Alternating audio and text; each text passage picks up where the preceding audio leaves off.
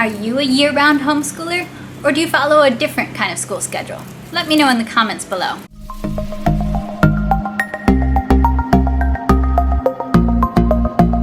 Hi, I'm Rachel. I'm a second-generation homeschooler, and I've heard a lot of questions recently about year-round homeschooling, what it looks like, and today I wanted to talk about some of the pros and the cons. Our family has been year-round homeschooling for a long time. I'm not exactly sure how long, but we were not always year-round homeschoolers. We did do more of a traditional schedule when I was a kid, and probably up until I was around in high school. But I definitely see pros and cons, and for me, I think I see more pros on the year-round side, but let's get into it. So, pros of year-round homeschooling. Number one is flexibility. When you can get your school in at any time of year, any day of the week, when you can be getting school done at any time rather than thinking, oh, I need to get 180 days within these certain months, you have a lot more flexibility to take time off. For us growing up, and it would be today if the world were in a slightly different condition, travel is a big priority. It's something that I want to be able to take the chance to travel when the chance comes up. And we did that quite a bit when I was a kid, was taking chances to travel as a family when we could. And that's something I would like to do in the future, is to take chances to travel when we can. So for us, that's been the big reason that we take time off of school, is not, oh, it's been 6 weeks, so we'll take a week off of school. No, it's, we have a chance to travel. Let's take time off of school, let's travel. So it's more when we're away, when we're literally away from home. And there have been times in the past that my parents did take extended travel times. I think once, about 10 years ago, they took about a 6-month trip. So that was basically no actual bookwork, schoolwork during that time. But because we do school year-round normally, that wasn't any problem. Number two, you don't have to deal with the notorious problem of children forgetting everything that they've learned over summer break. This is a very well-known phenomenon. You can see it in curriculums that were made for school. Teachers know about this as well, that the first couple weeks of a new school year are just lost to review of the stuff that kids were supposed to be learning at the end of the last school year, because they haven't been doing any of it all summer. This is really well known, especially in the early elementary phase, when you're just getting kids reading, when you're just getting them adding and subtracting and multiplying and all that, fundamental skills.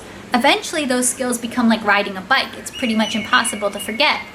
But in the beginning, if you take a couple months off, it can feel like you're starting all over. And if you have taught a kid to read, you do not want to start all over in that process. No, that's you can't afford to take a long break on that kind of thing. So taking shorter breaks as needed. So we typically do take breaks for travel, or we take breaks just for public holidays where we live. So taking shorter breaks throughout the year for holidays and such means you never have that long break where kids aren't reading, kids aren't doing math, and then forgetting, and then you're having to spend all that time reteaching the same skills.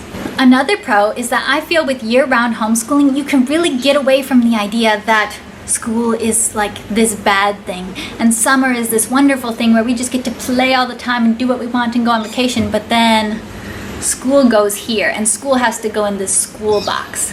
I think when you do year-round schooling, it's just easier to make school is life, learning is life. We do school all the time. School is not a punishment.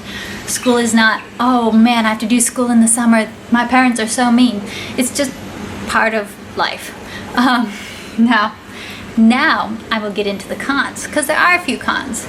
And the first con doesn't apply to us because we live in the tropics. And I do think that our living location was one of the first reasons that made us switch to year-round homeschooling, because we live where it's summer all year round. Taking a break during June and July doesn't make like a whole lot of specific sense. If you live in a place with a long winter and a short summer, I can totally understand wanting to make the most of summer and take a lot of time off during that time. So that can be a definite con. If you live in a place with dramatic seasons, yeah, you probably do want to be indoors doing school all winter.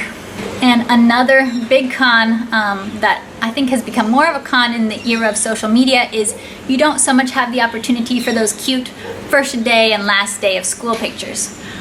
Because Technically, you could still have a first day and last day with year-round homeschooling, but realistically it's harder because most of us do rolling starts with our curriculum, so you would often just kind of have to make up, hey, this is first day, this is last day, and it might feel kind of cheesy to your kids. I don't know. We've never done the first day and last day of school photos, so it's not really part of our culture, but I know that like those milestone photos can be a bit of a big deal, and they are harder to feel like really committed to when you do year-round homeschooling. So that was just my quick video of kind of talking through some of the pros and the cons that I've seen and that I've experienced from year-round homeschool. And I want to know, how do you feel about it? Do you think that the weather plays a big factor for you in your decision for homeschool? And have you found any other kind of homeschool schedule that works for you? Something between traditional school and year-round homeschooling. All right, see you later.